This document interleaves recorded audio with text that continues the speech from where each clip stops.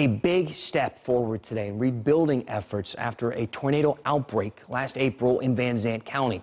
An attraction for parents and their kids opened today after it was heavily damaged during that storm. Yona Gavino live in Canton right now with a first look.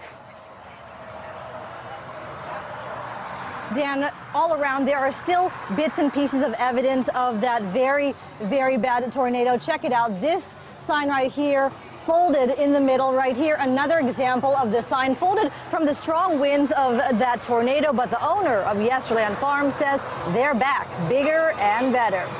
Yesterland Farm had $250,000 worth of damage. Carnival rides were crushed. A building ended up in a tree. The April tornado gave the owners a chance to make improvements and new additions. As families showed up today to enjoy the rides and take in over 30 other attractions, the owner says it actually took a summer of hard work to rebuild just to get to this special day. Total strangers, family, friends showed up. Probably 30 people here the next day. Total stranger from Tyler showed up with a tractor.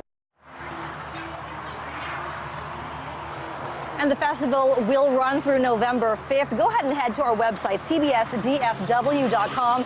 Click on links and numbers for a full schedule. Live in Canton, Yona Gavino, CBS 11 News.